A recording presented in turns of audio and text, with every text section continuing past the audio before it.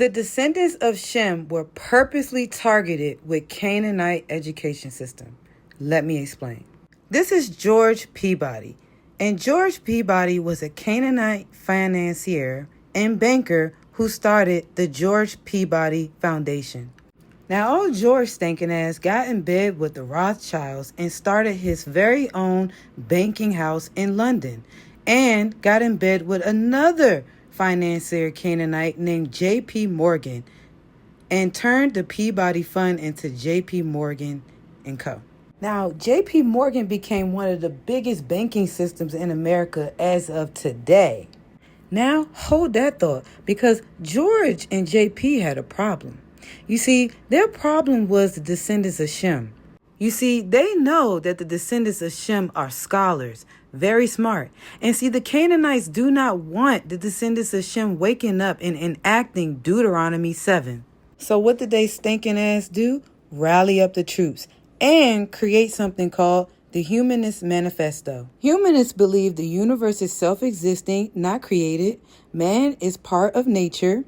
Modern science provides the only acceptable definition of the universe. Exclude any supernatural explanation of the universe. The end of life is the complete realization of human personality. So, in a nutshell, what we know today is liberalism, or Democrat, or personality development. Along with the humanist belief, they also believe in the Canaanite decree. Don't forget that. So, back to George and JP. Now that they got their crew together, got their money together, they team up with this other stinking Canaanite named Beardsley Rummel. Funded the federal government about $3.5 million to change our education system to the general public education system. See, George said he wanted to encourage intellectual, moral, and industrial education of the destitute children of the southern states, because George Peabody also owned a few of the southern states in America.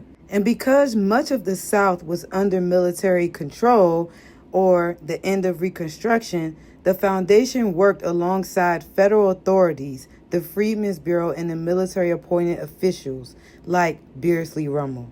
So, as you can see, just like how the Negro wrote the Constitution, but we put into a law that you must be a descendant of Shem and you must follow the ways of the Most High, we did the same thing here, but they had to get rid of anything leading to the Most High, hence humanism education. I think this will be fulfilling the prophecy of Deuteronomy 28:43, where the stranger that is within thee, meaning these Canaanites and these